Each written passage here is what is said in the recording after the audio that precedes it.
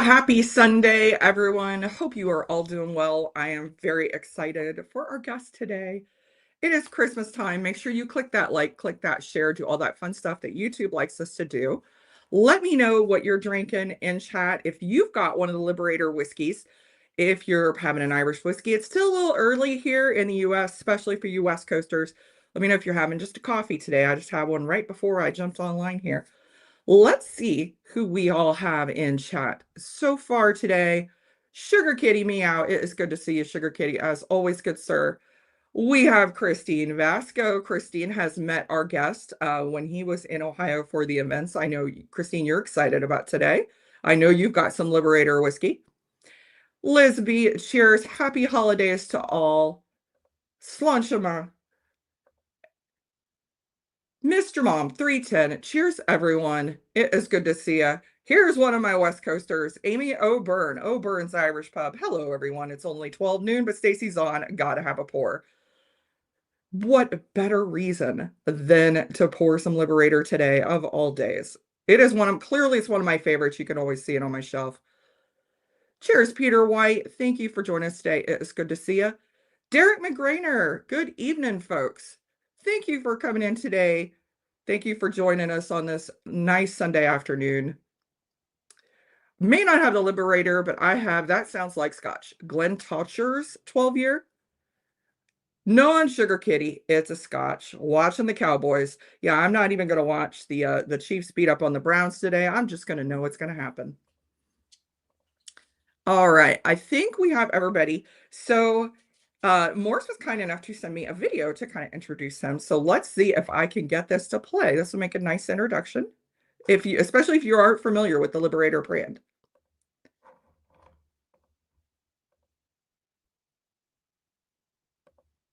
And hopefully it'll play.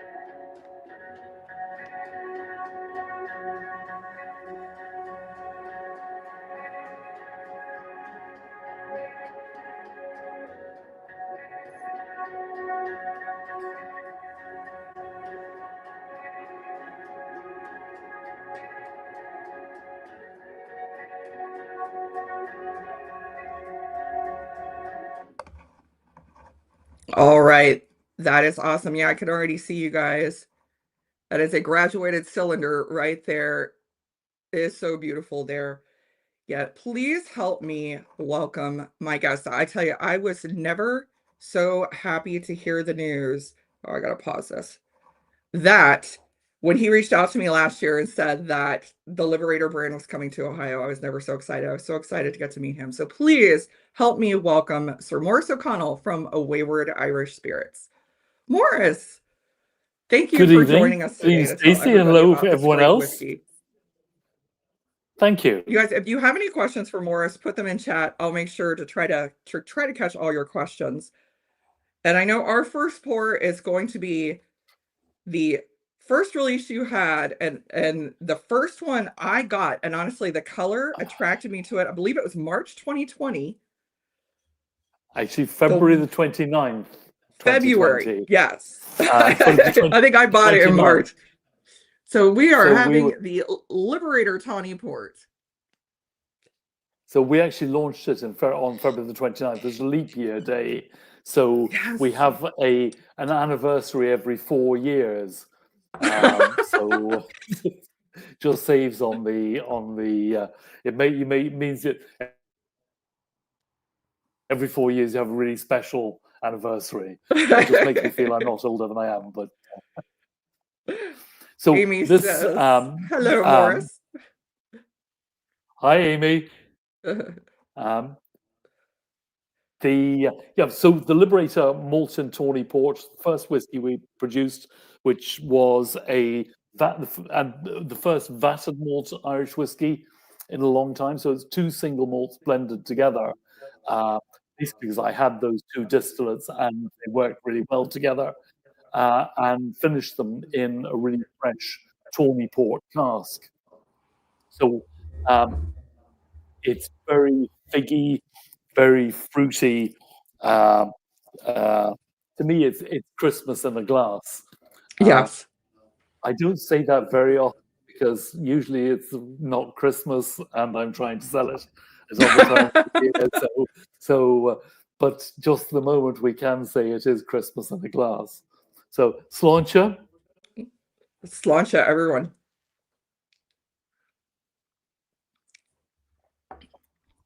So Sugar for us, Kitty, to answer your question, Sugar Kitty has a question. He says, so this is only 3 years old then?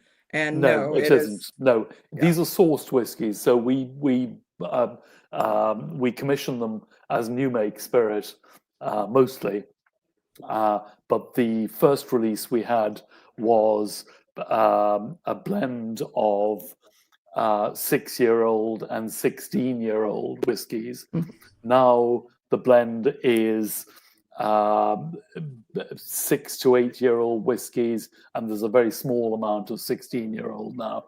That's too difficult to get a hold of, but it actually Mhm. just adds a little top note to it that I like to see in the whiskey. Now So that we don't. inaugural release, you put that one in, you said in a very wet tawny port cask because it almost had a Yeah. kind of a pinkish hue to it. Well, they all are, and Yeah. the wet casts are really important to our process because my wife Francesca has family in the north of Portugal, and so we're quite well connected up there with the port wine families, and we're able to get the casks direct from the Quinta, and they get shipped, disgorged in Porto, shipped to us, and refilled within 3 weeks. So they're still wet, and that has a huge impact on the flavor of the whiskey. If you're The buying from a whole, yeah, yeah, the color is just beautiful. yeah, and it's natural color. It's not there's no coloring added to it. Um, the the freshness of the cask just gives an intensity of flavor which you don't get if you're buying a cask that's been sitting around at a wholesaler's for 6 or 9 months. So all of our casks are that fresh, and I think that's a really important part of what we do. You can tell the flavor really comes through. You really do get a lot of that fig, Mm. got that figgy raisin. And one of the other things that makes what we do different to other people, you might find other port cask finished whiskies will have maybe one port cask mixed with 2 or 3 bourbon casks. So basically, you're watering down the port flavor. For us, we refill the cask 3 times. So we blend the first time we use the cask, we'd use it for nine months or so, Mhm. and that produced a really punchy finish to the whiskey. And our inaugural release was just first fill, so it was Mhm. really a punch in the gut, just making a statement of Yeah. here we are, we're doing something that's not quite what you've seen before. Then we'll reuse the cask a second time for maybe 15, 16 months, and then a third time for about 2 years. And what we do is we blend that first, second, and third fill together to get a harmonious Mhm. layered whiskey, and I think that's really important. It's actually we sort of made a rod for our own backs with that. It's quite difficult process to keep going, but yeah, we wanted to be out there with something that was the way I want to drink it. So Yeah. that was why we did it. It works really well. This is really balanced. You do get a lot of those port notes, but you get all that malt too, and you use very good Yeah, malt. that's really important because the back of a back. I mean, at the back of every whiskey, you have to be, to my mind, you have to be able to taste where it came from. You have to be able to taste the land it came from. And yeah, I really concentrate on that when we're blending. That's one of the things I've been fortunate to have. This is batch 5. I think I've had every single one of them. And I've noticed it, and it's apparent that you get very good whiskey as your base. You don't see that everywhere. A lot of them just pick. I mean, you can finish a whiskey, but if it's not very good whiskey to begin with. Yep. So they're consistently very good batches in these Liberator bottles. But they're not consistent. So every batch we do is different. Yeah. And it means that, unfortunately, you have to come back and buy each one to see how it's changed within the overall frame of the tawny port finish. But we sort of rely on the aphorism of Oscar Wilde. Do you know Oscar Wilde? Oh yes, Well, one of his great statements was, "Consistency is the last refuge of the uninspired." So, but using that, I justify the fact that every batch is different. So with the big brands, they can't. They have to provide consistency. At our stage of life, we can do something different each time, and people seem to enjoy it. Well, I tell you, this bottle, funny story about this bottle, you got me into a little bit of trouble with Fay Cool from Dingle, because I did, I think it was batch 2, I did a comparison between Dingle batch 6 and the Liberator, and yours won. And I put that out on Twitter, and Faye was very quick to respond and remind me that hers had been fully matured in a ruby port cask. And I'm like, I'm sorry, but I still like this one better. But we had a good laugh about it. You have to be careful, because the port can overpower the whiskey, and we have a number of casks where which people have told me they're more portsky than whiskey. So we sort of have to avoid that going over that edge. Yeah, but Sugar Kitty. There are 3 of us who do the blending.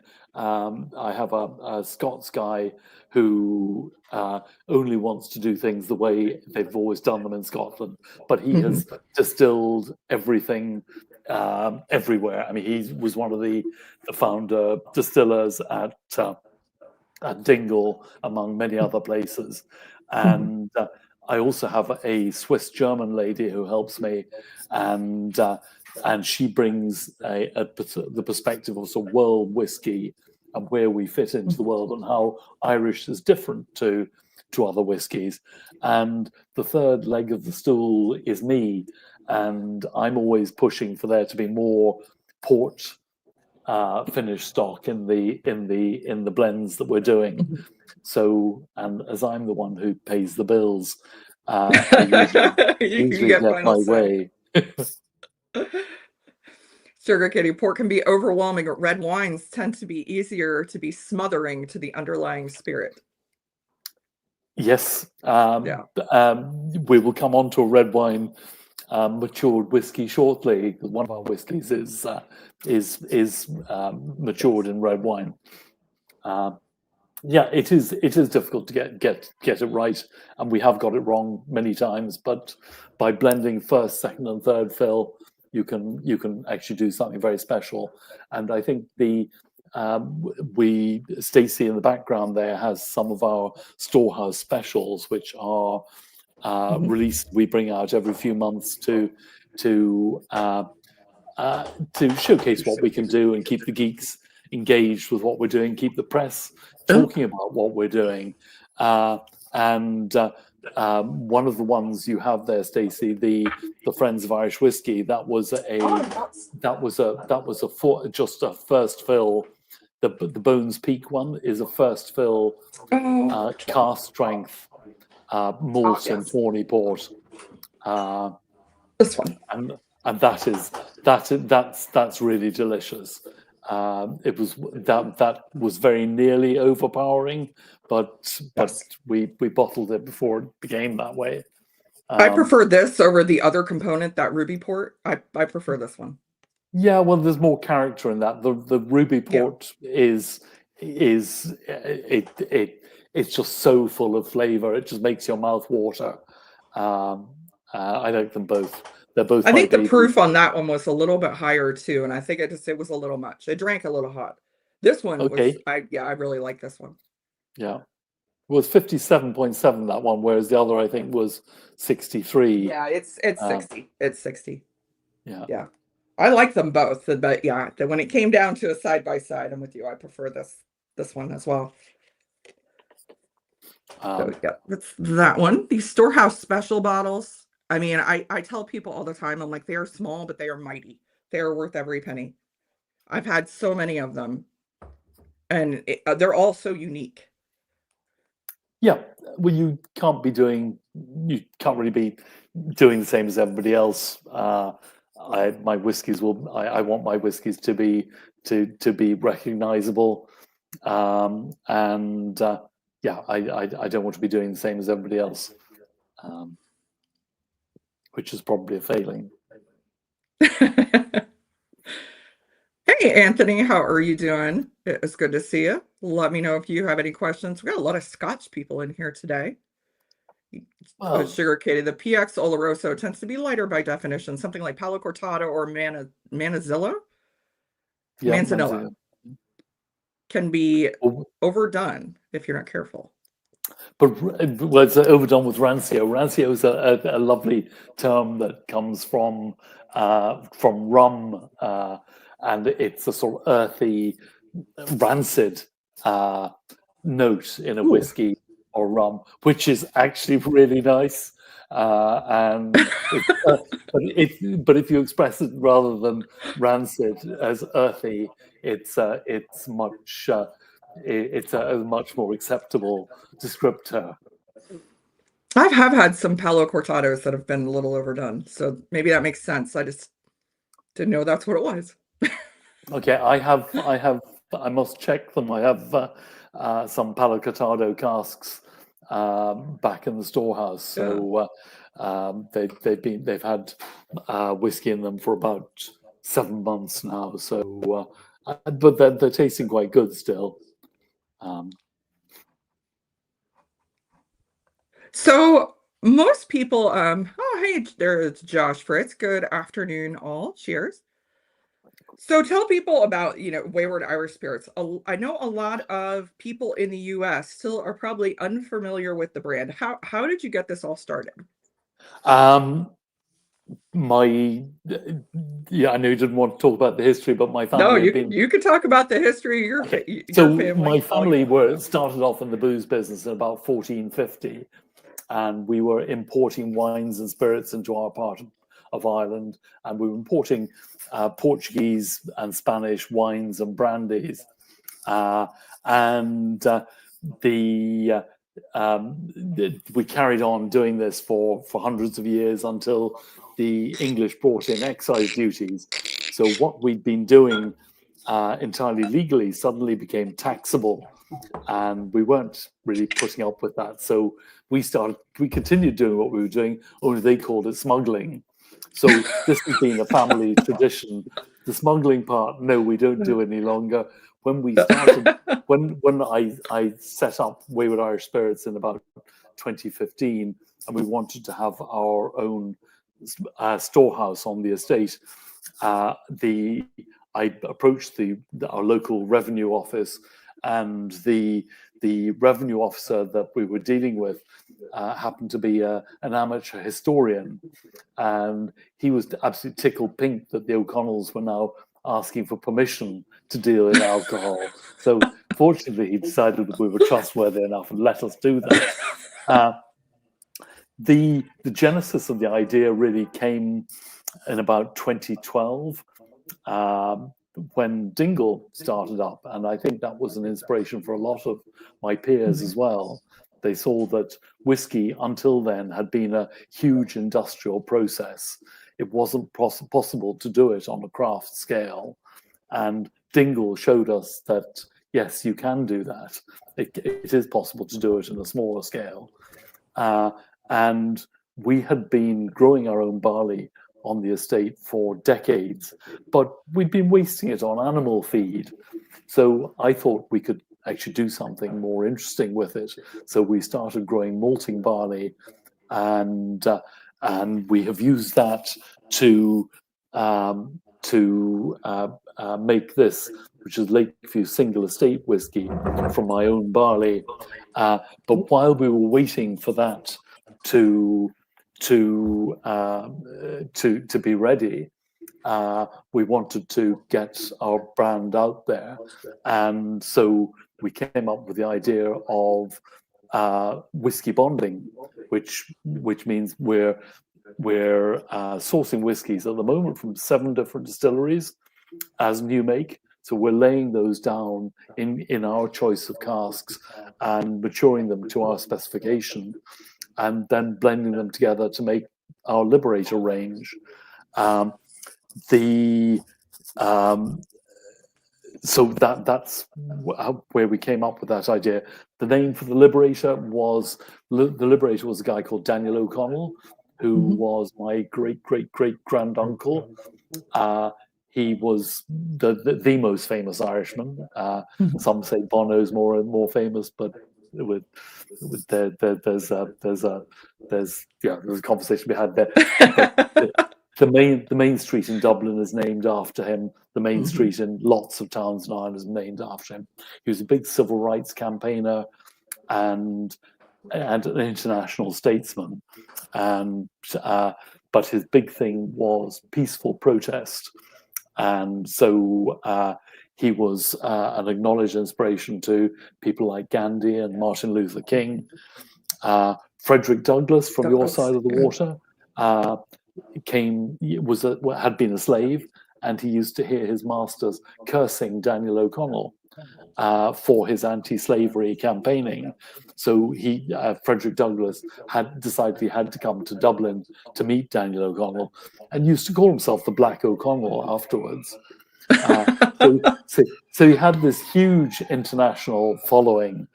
And one thing we came across recently was that such was his fame on the continent of Europe, that when the Belgians got their independence from the Netherlands in 1830, some members of the Belgian cabinet came to Ireland to speak to Daniel O'Connell to ask him if he would allow his name to be put forward to be voted for as King of Belgium.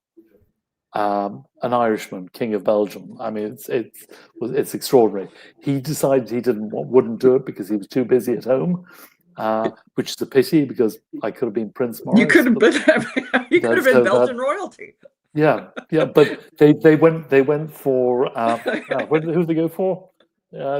King Leopold instead, which didn't work out very well for the people of the Congo. So yes, another missed opportunity.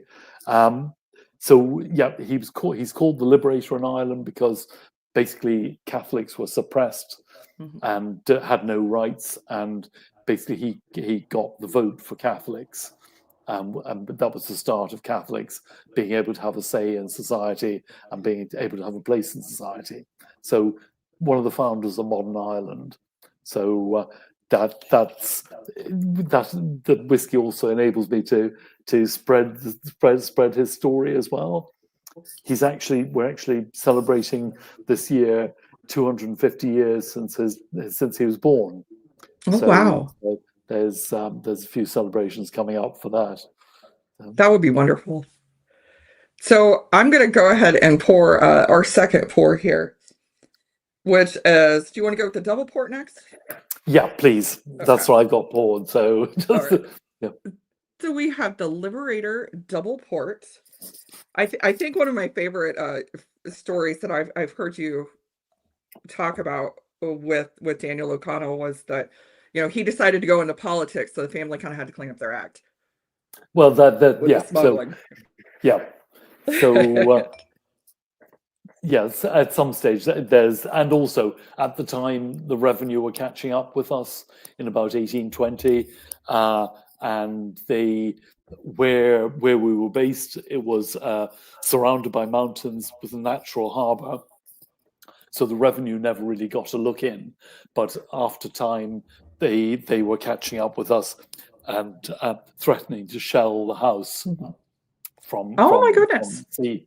Yeah, so yeah, that was part of the reason for giving up the smuggling. Also, the head of the family at the time was another Maurice O'Connell, known as Hunting Cap, because they brought in a Yes. tax on gentlemen's hats, and he wasn't going to put up with that, so he started wearing a hunting cap. So it became known as Maurice or Chapin, so Maurice with the hunting cap. But he was caught at one stage by the revenue and sent for trial up in Dublin. So where we're based is right down the far southwest of Ireland. I mean, Ireland itself is the far west of Europe. Kerry, which is our county, far southwest of Ireland. Derrynane, which is where we were based, is the far southwest of Kerry. So the next county we say is America,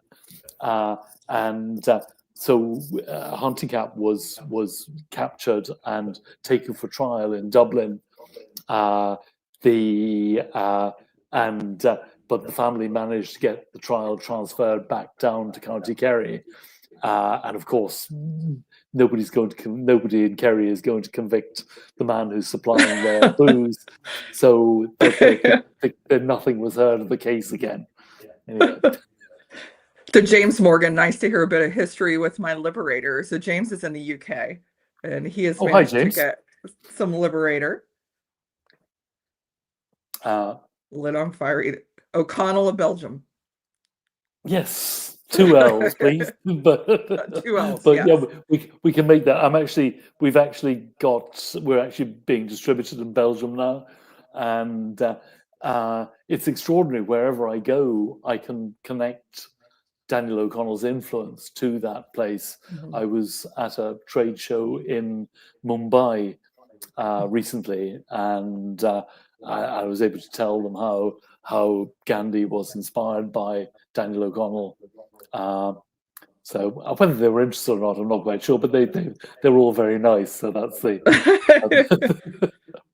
You've been doing a lot of traveling lately. I know you've been to Mumbai. Weren't you were you in the Czech Republic? Did I see? Yeah. Well, that was also you were in the Czech Republic. Yeah, we were in Prague, doing a tasting in the Irish embassy there, and then Germany. So the whole thing about, although it's hugely stressful running a whiskey business and trying to get a new business off the ground, it's a huge adventure and really exciting. And meeting lots of lovely people. Everyone loves you when you're giving away free whiskey. Slightly different when you're trying to get them to pay for it, but if you're giving away free whiskey, everyone loves you. So, well, thank you, Independent Joe. There is the link if you guys want to check out more. Thank you. Of Wayward Irish Spirits. You want to see all. It's actually waywardirish.com, but I think we actually also own waywardirish.spirits.com. Oh, okay. So I think I have the link in the description. To the webpage. So your mouths are all probably getting dry now. So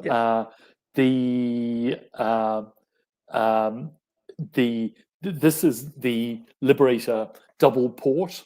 So this is a blended whiskey.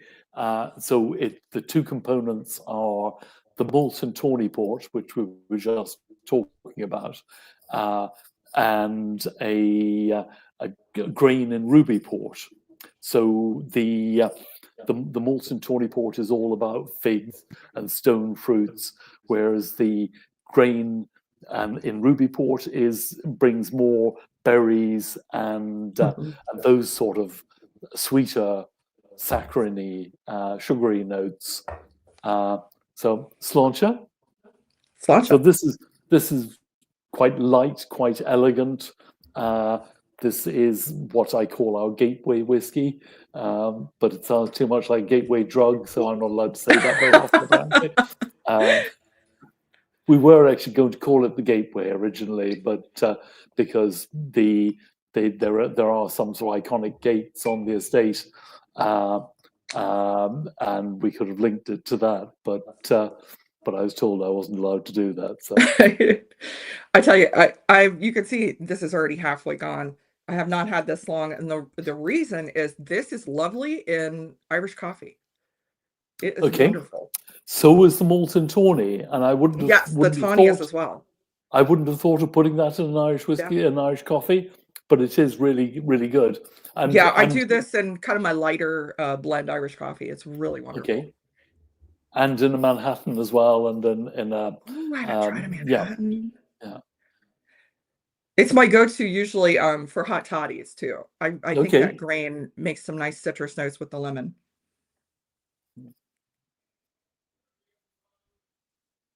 The tawny ports is I love that you called it you kind of a Christmas in a glass, because I have the Christmas tradition, which you have actually helped with now, of my Christmas a bread pudding. I make it on St. Patrick's Day and Oh, Christmas. That's the only time of year I usually make it. And you gave me the idea of soaking the raisins overnight in the tawny yeah, port whiskey. that's really good, isn't it? Yeah. So I do that, and then I also toss I also toss an ounce or two in the sauce that goes on top. So it's loaded down with tawny port, but Well, we yeah, call game changer. It's so good. I think the sauce that goes with it is supposed to be a sort of custard or Yes. creme anglaise. So Yeah. what we've done is when you put the Liberator tawny port in it, it then becomes a creme irlandaise. It's very good. I know that. And then I usually reward myself with the whiskey that's left after the raisins in the glass, because I literally will take the tua and fill the tua with the raisins and then drain them out. So but it's wonderful, game changer, guys. I will definitely share my recipe after this. But it's real. I've never liked raisins in bread pudding before that. So you've definitely upped my game. And taste and sensibility. Yeah. My chores are not done, but I poured a tawny port Liberator anyway. Well, it helps with the chores, I find. Yes, it does. Yes, it does. So this blend is what I'd call a premium blend. It's 42% malt, which is quite a high malt content for most blends. But I wanted to be I wanted to be able to, as you say, taste the malt in it, which I think is really important in a whiskey. Okay, cheers, EMC Old Double Port. That's my language there. It's really, really nice. It really is. Yeah. 1 for the recipe and 2 for Stacy. Cooks. Yeah, that is kind of how I cook. Yeah, nailed it. Hey, Adam, it's good to see you. And just so you guys know, for all my American friends, because I know we tend to like things a little higher ABV. All of these are 46%. They start at 46%. Yeah. So for the price, you're getting a lot better deal on your whiskey. Sorry, Irish distillers, but it's better. Yeah, deal. but the reason, I guess most of your people will know the reasons for going at 46%, or should I? The non-chill filtration. Yeah. Yeah. So to be able to, whiskey legally has to be 40%, but if you take a whiskey at 40% into a cold climate, it can develop a haze, which can manifest itself like a candy floss inside the bottle, and retailers don't like that. So to get round that, you either have to bottle the whiskey at 46% or over, or you have to chill filter it, which is what they do in industrial whiskey. And basically what they'll do is they freeze the whiskey and then filter out some of the flavor compounds that are actually causing this haze. But to me, I spent an awful lot of time and effort putting flavor into these whiskeys. So the last thing I want to be doing is taking it out. So we don't chill filter. We don't add color. A lot of industrial whiskey does that just to have consistency between batches. As I said, we're not particularly worried about consistency as long as it's good whiskey and it's within the parameters of the description of the whiskey we're looking for. The other thing that we do, which probably doesn't happen with industrial whiskey, is we cut our whiskey slowly. So when it's in the cask, it's at 60%. When we're bottling it, as I said, we're bottling it at 46%. So to bring it down from cask strength 60% down to 46%, you add water. So the big guys will do that in one go, but that stresses the whiskey. And so what we do, and it's a tradition brought over from the cognac industry. As I was telling you, one of our blending team is a Swiss-German lady who's involved with the cognac industry, and she persuaded us to cut our whiskey slowly. So we add water slowly over 6 weeks to bring it down to bottling strength. And that has a fantastic effect on the whiskey, gives a much better mouthfeel, much better integration to the whiskey, and it just transforms the whiskey. So we do that as well. It's time consuming, time is money, but it just makes completely different whiskey. That matters so much. I didn't know. I was getting kind of a soapy note on some whiskeys, and one in particular. That's exactly it. Saponification. Yeah, one that my friends love, and I'm not going to say his name here because he's also a wonderful gentleman. But American blender Nancy Fraley is actually the one who told me. She's like, yeah, they're adding the water too fast. That's saponification. Yeah. And I picked that up on so many whiskeys, and I never knew that that's what it was. It really does make a big difference to do that. Yeah, to but slowly do that. Also on the mouthfeel, I think it transforms the mouthfeel. Yeah, sugarcaning Nancy Fraley is from the same background, doing the same thing. Yeah. So Nancy Fraley's an American blender at Still Austin Bourbon in Texas, and she's the one who told me about that. I had no idea. No filtration, no coloring, no saponification. Gee, that's too bad. Sorry, we'll bring out a special whiskey for you. They've heard me complain about the coloring. It's not needed. Real whiskey drinkers know what it's supposed to look like. We don't need it. Yeah. But if you're trying to get consistency on the shelf, you probably do need it. Trying to explain that to liquor store employees is probably difficult. They don't understand why it looks different. Just judging by some of the employees we have here that I had to stop from recommending proper 12 to someone. I'm just basing it on that. I know you don't get that. This is lovely. This has been one of my favorites as well. I think the Tawny Port will always be my favorite because it's the first one I tried from your brand. But this is really nice too. Especially, just something just a little bit lighter from the grain. Yeah. And from the ruby. And have you noticed? Have you picked up on differences between the batches on the Malton Tawny? The malted the Tawny Port I have. Right. Okay. Because people generally aren't other than obsessives like yourself. The double port I haven't been able to pick up the different. Yeah, I haven't been able to pick up the differences as much on the double port. The Tawny Port I absolutely have. Okay. And from the first one to the next was the most dramatic. Yes. Yeah. The first one, to be fair, was designed just to put our foot in the sand and just say. I mean, it worked. I bought it, so clearly it worked. Yeah. So. But it wasn't really sophisticated enough to be a commercial product. That was my feeling, but it certainly made an impression, which was what we were out to do at that stage. Yeah, I enjoyed it, and I clearly it worked because you got me. But the subsequent batches, there are slight differences, but they're not as much. I mean, you can tell that it's a different batch, but honestly, I couldn't tell you which one was which between them. If you just put them in a blind lineup. I do like this batch 5 that's in the US now. That one is a good one. All right, I'm going to move on to the next one here, which is we're departing from the port. Yes. So we're going to occasionally we do I mean, we've been trying to be the name in port cask finished Irish whiskies, but occasionally something comes along and you decide to do something different. So this is the result of that.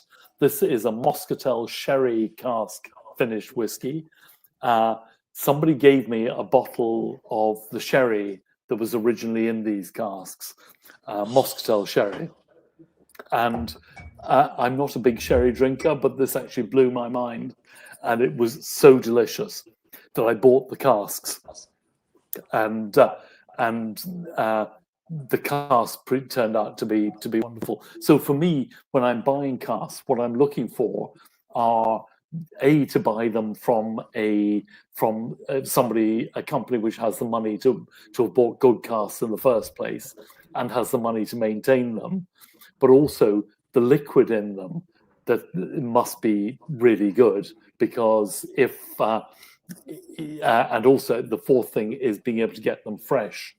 So if I got those four things, I stand a chance of making some good whiskey out of them. So this Muscatel sherry cask finish was a result of that. So I see that Derek is saying that the cask strength version is one of his favorite whiskeys. Yeah, it's gone now, I'm afraid.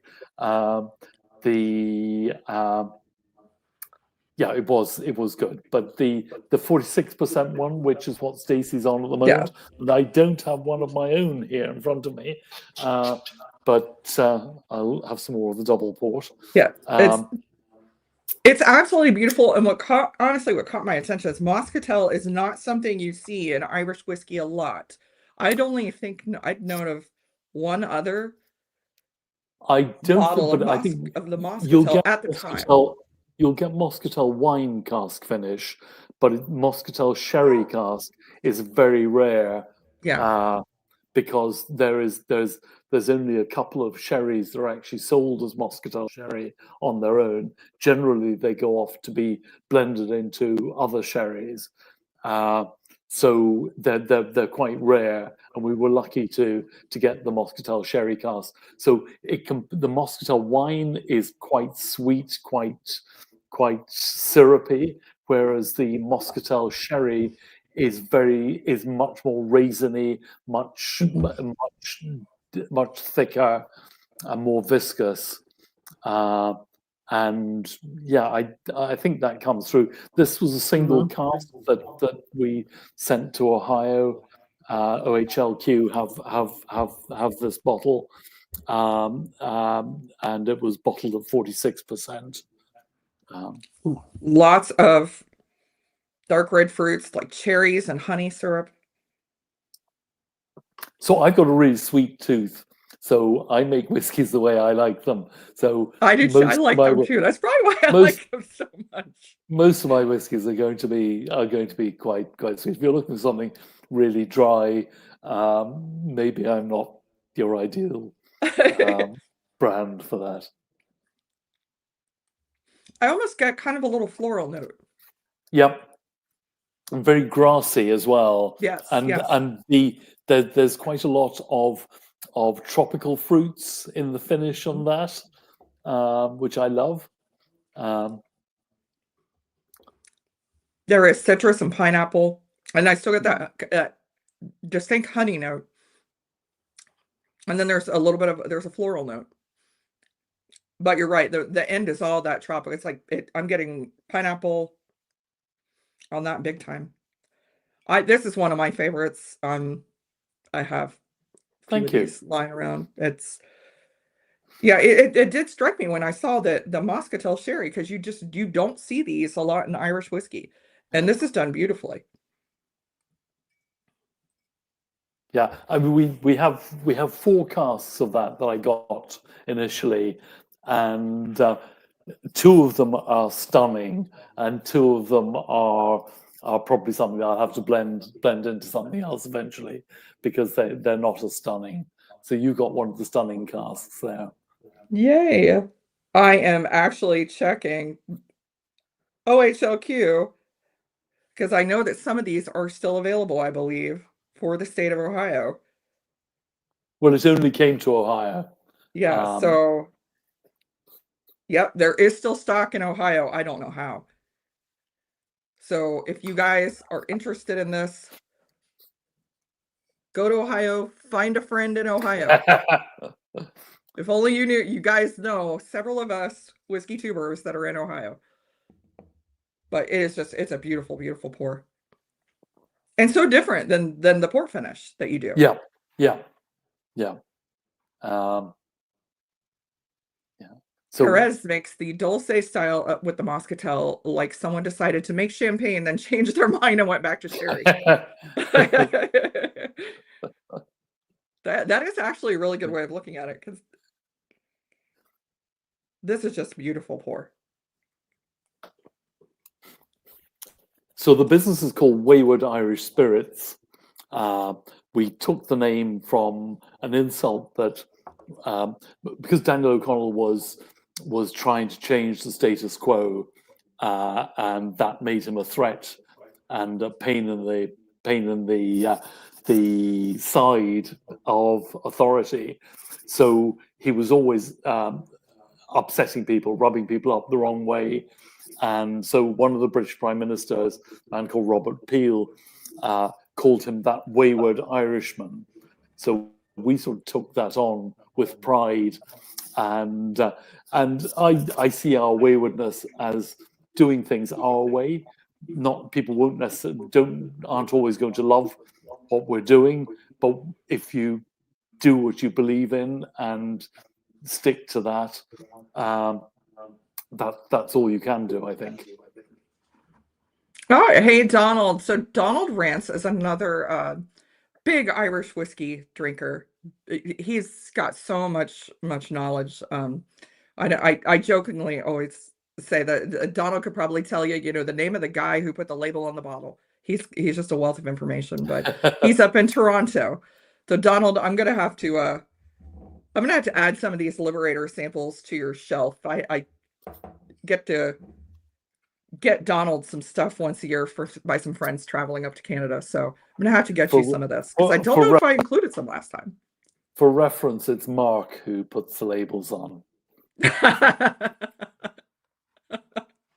Well, I don't want to rush through this one, but I want to spend as much time as possible in this last one, because it is super special pour of the Lakeview single estate Irish whiskey. This is a single pot still. The bottle is absolutely stunning. Well, there's a story behind the bottle as well, but it's similar in style to a bottle of perfume that was given to my grandmother on her wedding day in 1923.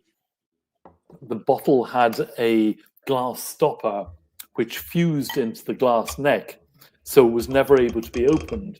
So as children, we'd be offered money to try and open this bottle, mainly to keep us quiet, but we were never able to do so. So the bottle was quite similar to this, and so it sort of became an object of fascination and frustration to myself and my siblings, and we chose the bottle for this bottle to commemorate that bottle of perfume. But actually, when we launched the whiskey, somebody did some research on the perfume, which was called Parfum d'Orsay, which was by a man called Alfred d'Orsay, and they came up with the story that one of the people that Daniel O'Connell upset was the British Prime Minister Disraeli.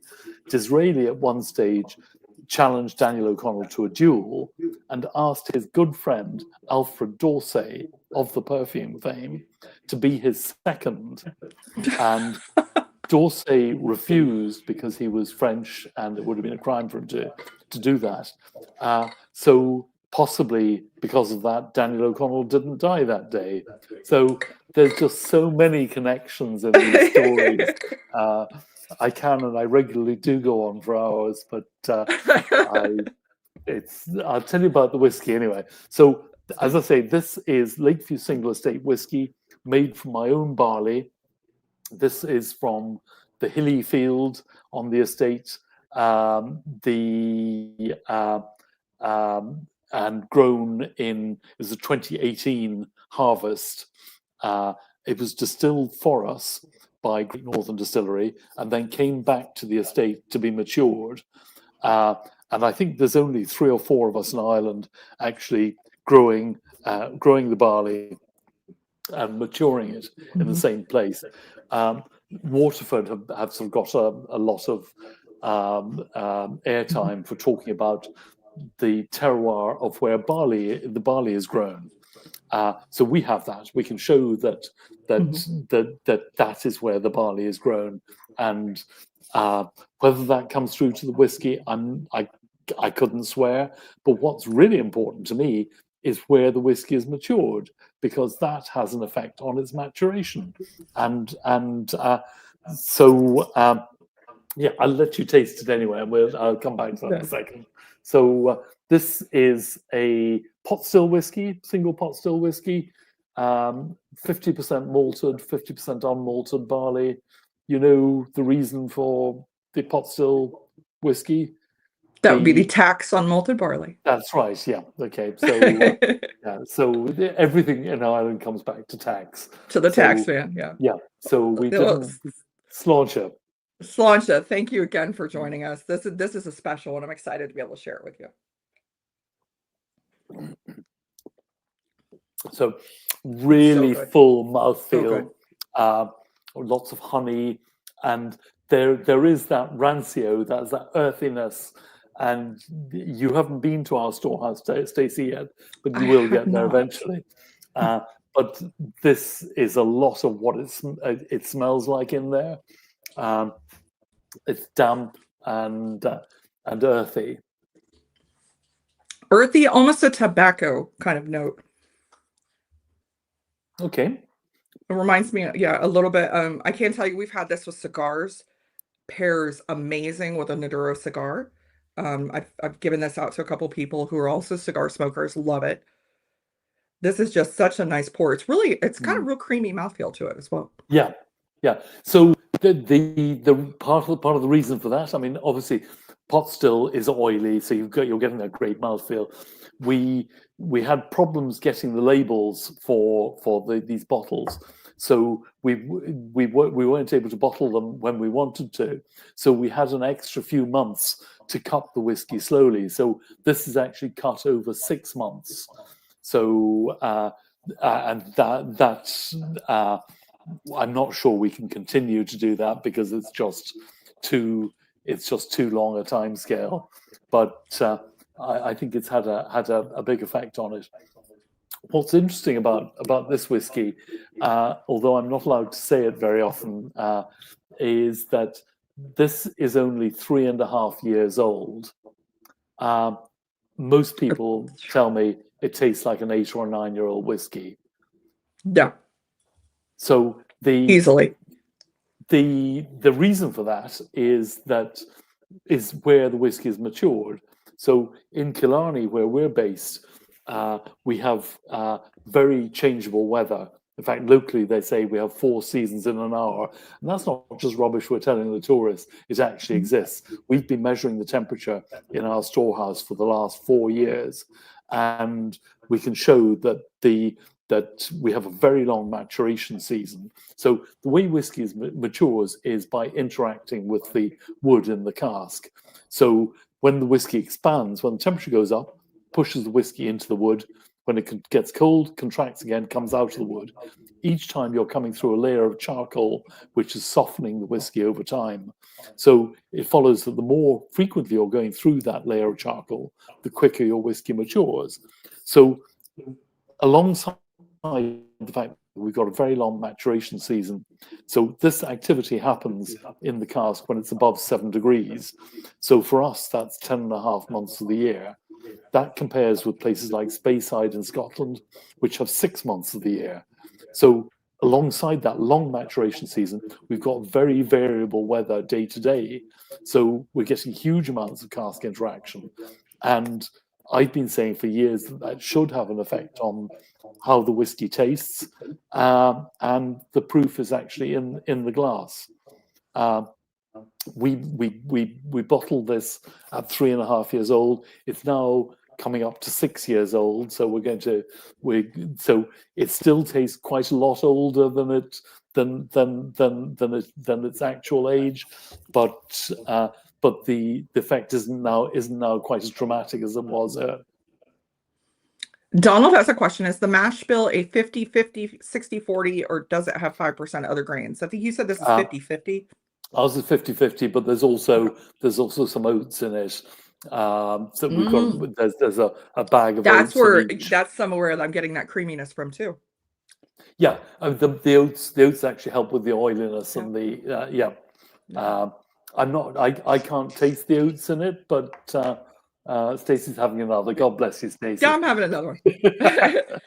No, I don't taste oats, but usually whiskeys that I have that have oats in the mash bill, I get that creamy kind of mouthfeel to them. Yeah. Yeah, I'm a big fan of this one. And the thing, yes, you love oats, and Donald, I'm the same. I love oats and whiskey. Oats and rye, I'm a sucker. Sucker for either. Yeah, it's 3 for me. The one thing that actually surprised me is you said this has a little bit of peated whiskey, of peat in this. Well, it doesn't. 10% of it, 10% of it was thin. When we were blending it, I felt that the nose was quite light, and we wanted to add something to the nose. So we put 10% of it in a peated cask for, I think it was 2 months. So it's very subtle, and not many people pick up on it. If you're sensitive to peat, you'll get it, but I don't get it on the palate. Subtle. I think that tobacco note I'm getting on the nose. I think that's the peated whiskey in here. Okay. But it does. It just adds. It's not peated by any means. It just adds a nice richness overall to the whiskey. I love what peat.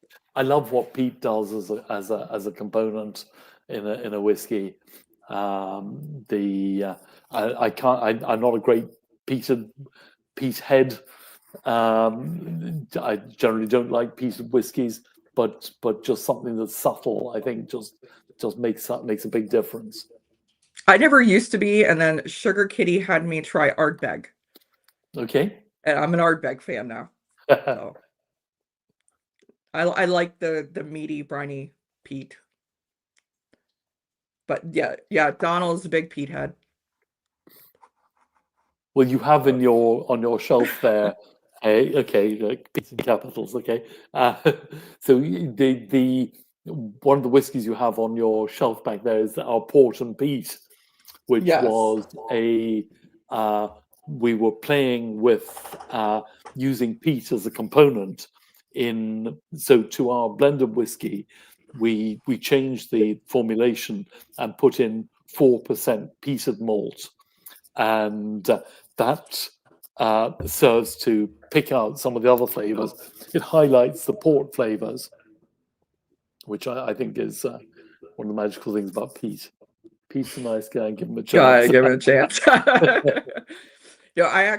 I ended up with multiple bottles of the port and peat, and we just had in the whiskey tube community, we do a lot of fundraisers for good causes, and one of the donations I made that actually is heading out tomorrow is a bottle of the Liberator port and peat. So Bourbon Before Bacon won this, and he is very excited to try it. And it's a great bottle. So I'm glad it went to someone who I know is really going to appreciate it.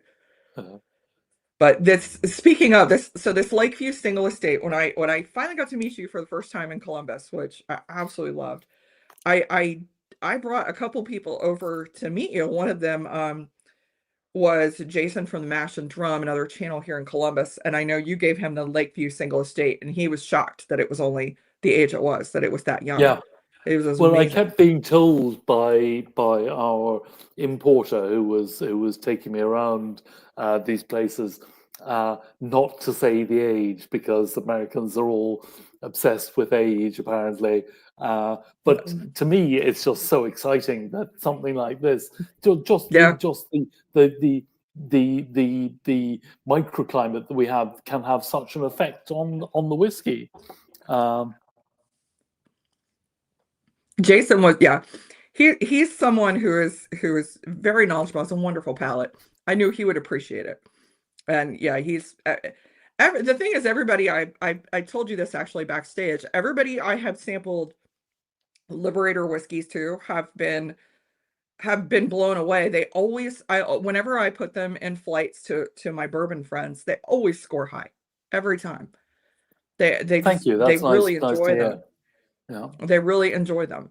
I think yours actually won. I sent a flight out to Bourbon Bites in California, and I think I think it was one of the Friends of Irish Whiskey bottles that I sent, and it won. It won Okay. all at it. Yeah, it beat Killowan's Tawny Port. It beat Tomengate. Kicked the We won't crap tell out of them that. Redbreast Tawny Port. So Well, yeah. you And you that are worked well the for us. you are, yes, and I tell people this all the time. I'm like, you're not going to find a better name for port finished Irish whiskey. You're not going to be disappointed. I've always So, wanted to see a pot still where the malted barley is heavily peated. well, You're that in luck, stage Donald. we were talking. Well, we have some of our Lakeview single estate is has been in a peated cask, finishing in a peated cask, but it's not heavily peated. It's very subtle. We do subtle, not standing above in a chimney. Not Octomore level. Not Oxmoor, afraid not. But it just picks up the other flavors and just runs with them so well. So that might be coming out sometime. The Friends of Irish Whiskey, we did a trilogy with them, trilogy of bottling, and There's another one.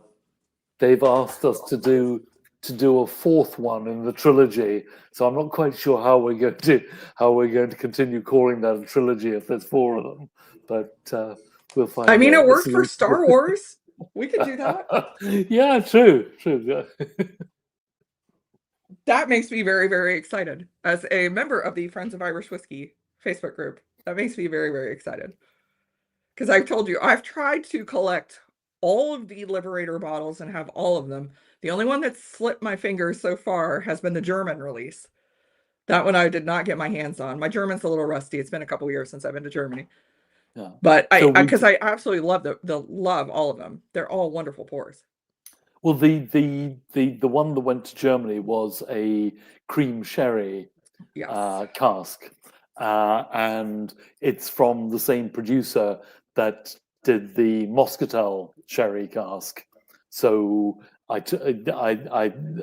Moscatels worked so well for us that I got some cream sherry and some Palo Cortado from the same people. So the one of the cream sherry casks has gone to Germany, and yeah, they're enjoying it over there. But they only took. I have a friend who They only his took brother. about half the cask. So I have a friend who his brother is actually a pilot for Aer Lingus. So still working on getting that. Next time he has a flight to Berlin. Sugar Kitty asked, can he name the sherry maker or is it an NDA? I'm not allowed to, and okay. Often I will do, but they were they didn't want me to, so I want to keep getting casks from them. That's fair. When it comes to whiskey and the distillate that goes into the casks, I'm trying to be well. I'm always transparent about those, and I insist on that as a condition of when we're buying it.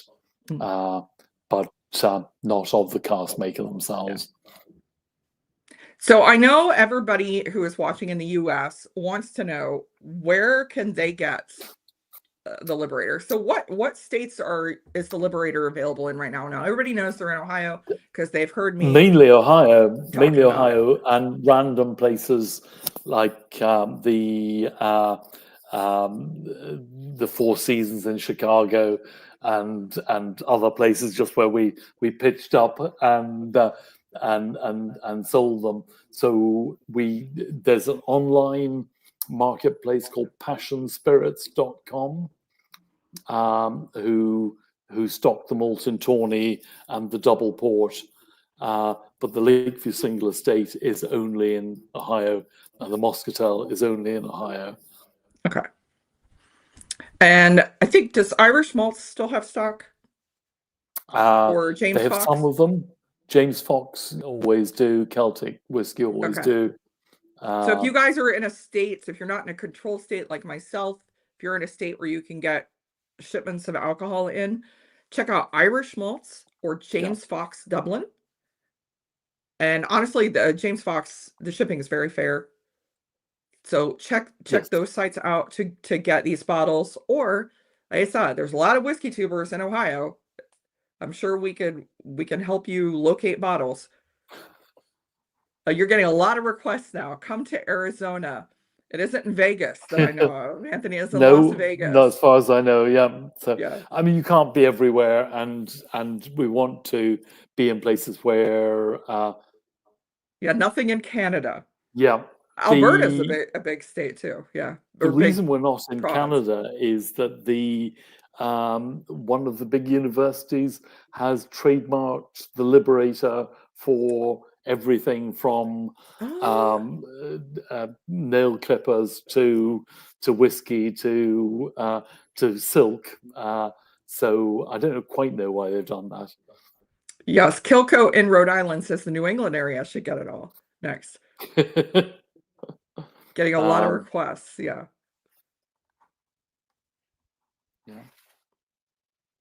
Orders from Folsom Wine and Spirits. Yeah, that's Liberator Ryan Canada. He knows about it. Oh, is there? Okay, interesting. Yeah. Okay, I didn't know that. I don't know how they got through the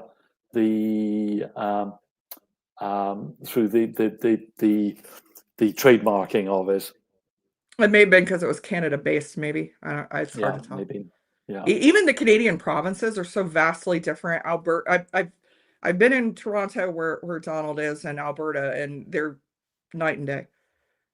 As far as, getting whiskey from outside, it's crazy. Yeah, Amy says you get it to Folsom Wine and Spirits in California. That would be great. Yeah, we're talking with them. But there you go, Amy. But if you're in a market, you need to support it, and that's the thing with a small brand supporting the whiskey once you're in there. It's all very well to get it in, but if you don't help them to spread the word and sell through, you're sort of wasting everyone's time. Amy has a very good friend in Ohio that would be happy to help her.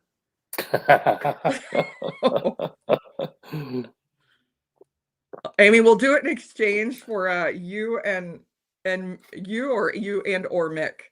are going to be a guest sometime on my channel with your home Irish pub. Yeah. Well, Maurice, thank you so much for your time. I know you're still traveling for business. I don't want to take up any more of your time today, but thank you so much thank you very much for having me Christmas. On. This was a real treat. I know I've told you I was so excited to meet you for the first time in Columbus. That was wonderful. And Stacey, you've been such a supporter of ours and of lots of craft whiskies from Ireland. That I mean, you should be an honorary Irish citizen at this stage. I've been doing my part to help the Irish economy. My husband can attest to that. Well, thank you very much for having me on. And thank you everybody for tuning in here. I know Kilco, you're going live at 7. Bourbon Neophyte Anthony is going live at 7 tonight. So make sure you guys tune into those channels. They're just really great channels. Livewire, I believe. I haven't checked yet, but I think Livewire is going live at 9 o'clock tonight. Thank you all. Thanks, will see Amy. you all next time. You all have a good rest of your day. Yeah. Happy holidays, everybody.